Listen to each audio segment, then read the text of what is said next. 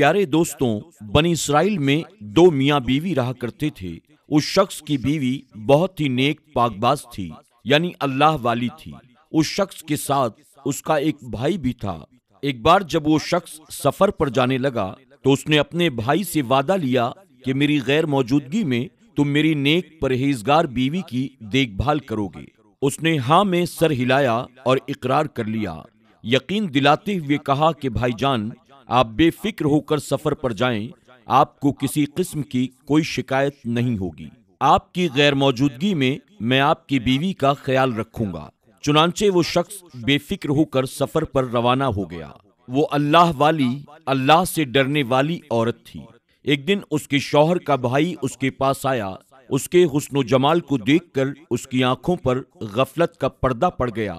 شیطان اس پر غالب آ چکا تھا۔ وہ اپنے بھائی کی بیوی پر عاشق ہو گیا اور اپنے بھائی سے کیے ہوئے وعدے کو توڑ کر اس کی بیوی سے کہا کہ میرے ساتھ گناہ کر لو۔ بھائی کون سا دیکھ رہا ہے، وہ تو یہاں پر ہے ہی نہیں، میرے ساتھ مل کر زناکاری کرو۔ وہ اللہ والی پاک دامن باحیا عورت تھی۔ اس نے کہا، میرا شوہر اگرچہ نہیں دیکھ رہا لیکن اللہ تو دیکھ رہا ہے، میں ایسا ناپاک کام ہرگز نہیں کر سکتی ہوں۔ جب وہ اپنی کوشش میں ناکام ہونے لگا تو دھمکی دیتے ہوئے کہا، اگر تم نے میری بات نہیں مانی تو میں تمہیں ہلاک کر دوں گا۔ اس کی اس دھمکی کو سن کر اس نیک دامن عورت نے کہا، اللہ پاک کی قسم، میں تمہاری گناہ بھری دعوت کو ہرگز قبول نہیں کروں گی، تم جو چاہے کر لو۔ اس پاک دامن عورت کے اس انداز کو دیکھ کر وہ خاموش تو ہو گیا، لیکن جب اس کا بھائی سفر سے واپس آیا تو اس نے اپنے بھائی سے کہا، میرے بھائی جانتے ہو تمہاری بیوی نے تمہارے جانے کے بعد کیا گل کھلایا؟ یہ میرے ساتھ بدکاری کیا کرتی تھی اور مجھے دعوت گناہ دیا کرتی تھی۔ تمہاری بیوی بڑی بدچلن عورت ہے۔ بھائی کی یہ بات سن کر شوہر کو بڑا غصہ آیا۔ اس نے کہا، جانتے ہو تم کیا کہہ رہے ہو؟ چھوٹے بھائی نے کہا، بھائی جان، قسم سے میں بالکل سچ کہہ رہا ہوں، میں نے حقیقت تمہیں بتا دی، اب باقی تمہاری مرضی۔ بھائی کی یہ بات سن کر شوہر کے دل میں یہ بات جم گئی کہ واقعی میری بیوی نے خیانت کی ہے۔ غصے کی وجہ سے اس نے اپنی بیوی سے بات چیت بند کر دی۔ یہ بھی نہیں پوچھا کہ میرا بھائی سچ کہہ رہا ہے یا نہیں۔ بالآخر ایک رات موقع پا کر اس نے اپنی پاک دامن بیوی پر تلوار سے وار کر کے اسے زخمی کر دیا۔ جب یقین ہو گیا کہ وہ اب مر چکی ہوگی تو وہاں سے چلا گیا، لیکن وہ اللہ والی، اللہ کی قدرت سے زخمی ہونے کے باوجود بھی زندہ تھی۔ وہ نیک عورت گرتی پڑتی ایک عبادت خانے کے قریب جا پہنچی۔ اس کی درد بھری آہیں سن کر اس عبادت خانے میں موجود عابد نے اپنے غلام کو بلایا۔ دونوں اسے اٹھا کر عبادت خانے میں لے آئے۔ نیک نیت عابد بڑی توجہ سے اس کا علاج کرتا رہا، جس کی وجہ سے وہ بہت جلد ٹھیک ہو گئی۔ عابد کی بیوی کا انتقال ہو چکا تھا، اس کا ایک چھوٹا بیٹا بھی تھا۔ اس عابد نے عورت سے کہا کہ اب تم ٹھیک ہو گئی ہو، اگر جانا چاہو تو خوشی سے چلی جاؤ اور اگر یہاں رہنا چاہو تو تمہاری مرضی۔ عورت نے کہا، میرا کوئی ٹھکانہ نہیں ہے، شوہر گھر سے نکال چکا ہے، یعنی مجھے مار چکا ہے، اب میرے پاس کوئی ٹھکانہ نہیں ہے، میں یہیں رہنا چاہتی ہوں۔ اس عابد نے اپنا بچہ اس کے حوالے کر دیا۔ وہ نیک عورت محبت سے اس بچے کی پرورش کرنے لگی۔ عابد کا جو غلام تھا، اس عورت کے حسن کو دیکھ کر اس کی بھی نیت خراب ہو گئی۔ وہ بھی اس کے ساتھ گناہ کرنا چاہتا تھا اور وہ موقع کی تلاش میں رہنے لگا۔ ایک دن اس نے اپنی نیت کا اظہار کرتے ہوئے اس پاک دامن عورت کو بدکاری کی طرف بلایا اور کہا، تو میری بات مان لے اور میری خواہش پوری کر دے، ورنہ میں تجھے مار دوں گا۔ خوف خدا رکھنے والی اس نیک عورت نے کہا، میں ہرگز تیری بات نہیں مانوں گی، تجھے جو کرنا ہے کر لے۔ بدکار غلام اپنی ناکامی پر روتا ہوا دل میں نفرت لیے وہاں سے چلا گیا کہ اس عورت کا کام تمام کر دوں گا۔ جب رات کا اندھیرا چھا گیا تو وہ غلام عورت کے پاس آیا۔ بچہ اس کی گود میں رو رہا تھا، وہ اسے بہلا رہی تھی۔ ظالم غلام نے تیزی سے اس بچے پر حملہ کیا اور اس کی گردن کو کاٹ دیا۔ چند ہی لمحوں میں اس بچے نے تڑپ تڑپ کر جان دے دی۔ غلام دوڑ کر عابد کے پاس گیا اور کہا، حضور، کیا آپ جانتے ہیں آپ کی اس مہمان عورت نے کیا کارنامہ کیا ہے؟ کیا آپ کو معلوم ہے اس نے آپ کے بچے کے ساتھ کیا سلوک کیا؟ آپ نے ہمیشہ اس پر احسان کیا، لیکن اس نے آپ کے بچے کے ساتھ بہت برا سلوک کیا ہے۔ عابد غلام کی بات سن کر بہت حیران اور پریشان ہوا اور کہا بتا تو صحیح اس نے میرے بچے کے ساتھ کیا کیا ہے؟ غلام نے کہا حضور آپ کے لاڈلے بچے کو اس نے ذبح کر ڈالا ہے، اگر یقین نہیں آتا تو چل کر خود اپنی آنکھوں سے دیکھ لیں۔ وہ عابد دوڑتا ہوا وہاں پہنچا تو دیکھا واقعی بچے کا گلا کٹا ہوا ہے اور اس کا جسم خون میں لت پت ہے۔ عابد نے اس عورت سے پوچھا کہ میرے بچے نے تمہارا کیا بگاڑا تھا؟ اس نے کہا میں نے اس کے ساتھ کچھ نہیں کیا، بلکہ آپ کے اس غلام نے مجھے گناہ کی دعوت دی، جب میں نے انکار کیا تو اس نے بچے کو قتل کر دیا، میں اس معاملے میں بالکل بے قصور ہوں۔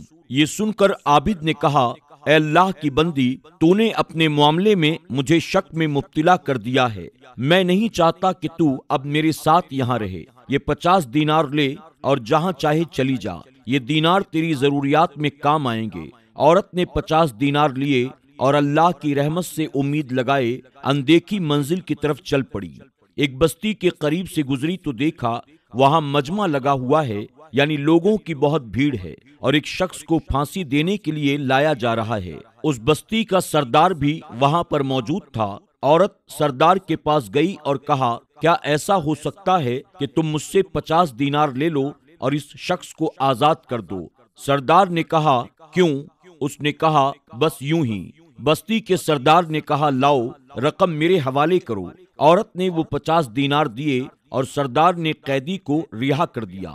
وہ قیدی اس پاک دامن عورت کے پاس آیا اور کہا میری جان بچا کر تو نے مجھ پر بہت بڑا احسان کیا ہے، آج تک کسی نے مجھ پر ایسا احسان نہیں کیا، اب میں تیری خدمت کروں گا یہاں تک کہ موت ہمارے درمیان جدائی ڈال دے۔ چنانچہ وہ شخص اس عورت کو لے کر سمندر پر پہنچا، کشتی چلنے کو تھی، وہ دونوں کشتی میں سوار ہو گئے۔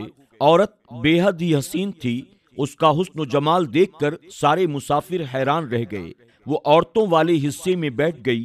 لوگوں نے قیدی سے کہا یہ حسین و جمیل عورت کون ہے؟ اس آدمی نے یہ نہیں کہا کہ اس عورت نے میری جان بچائی ہے، بلکہ اس نے کہا یہ میری کنیز ہے، میں نے پیسے دے کر اسے خریدا ہے۔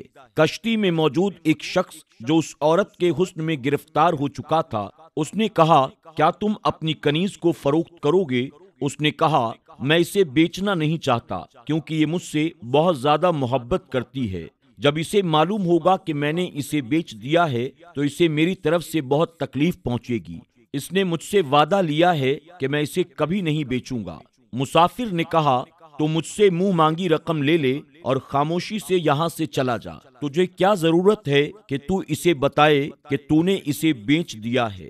لالچی اور احسان فراموش دھوکے باز قیدی نے مال کی لالچ میں پھنس کر مسافر سے بہت سارا مال لیا اور کشتی سے خاموشی سے اتر کر چلا گیا۔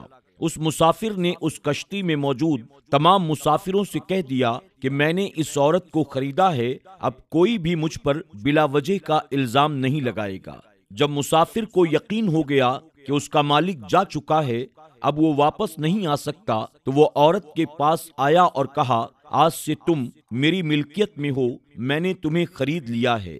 عورت نے کہا اللہ کا خوف کر، تو نے مجھے کیسے خرید لیا جبکہ میں آزاد ہوں اور کسی کی ملکیت میں نہیں ہوں؟ مسافر نے کہا ان باتوں کو چھوڑ، تیرا مالک تجھے بیچ کر یہاں سے جا چکا ہے، اب نہ تو اپنے مالک کے پاس جا سکتی ہے اور نہ ہی وہ رقم واپس کر سکتی ہے جو تیرے مالک نے مجھ سے لی ہے۔ میں نے بہت سارا مال دے کر تجھے خریدا ہے اور تمام مسافر بھی اس پر گواہ ہیں، اگر یقین نہیں آتا تو ان سے پوچھ لے۔ مسافروں نے کہا اس نے واقعی تجھے خریدا ہے، ہم سب اس بات کے گواہ ہیں۔